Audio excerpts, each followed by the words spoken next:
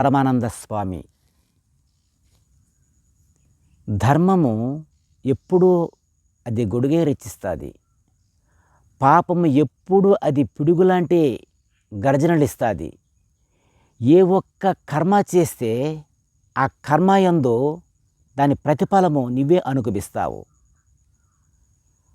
అసలు జీవితమంతా కర్మతో ముడిపడి ఉన్నది. ఫలితము పరమాత్ముడిస్తాడు, కానీ కర్మ నీ యందు ఉన్నది. ఒక చెట్టుకెళ్ళి నువ్వు పట్టుకున్నావు, ఆ చెట్టుకు వదులంటే ఆ చెట్టు వదలదు. దానిని నువ్వు పట్టున్నావు కాబట్టి నువ్వు వదిలితే నువ్వు విడిపించుకుంటావు. ప్రతి ఒక్క కర్మ అది నీ యందే ఉన్నది. ఆహారము తిన్నావు, ఎక్కువ తిన్నావు, కడుపు నొప్పి వచ్చింది, దానికి మాత్రం ఎవరు వేసుకుంటారు? భగవంతుడు వేసుకుంటాడా? అది నువ్వే వేసుకోవాలి. అందుకోసమే మనము చేసిన కర్మ మనమే అనుభవించాలి. ఎవరిని నిందించడానికి నీకు అర్హత లేదు.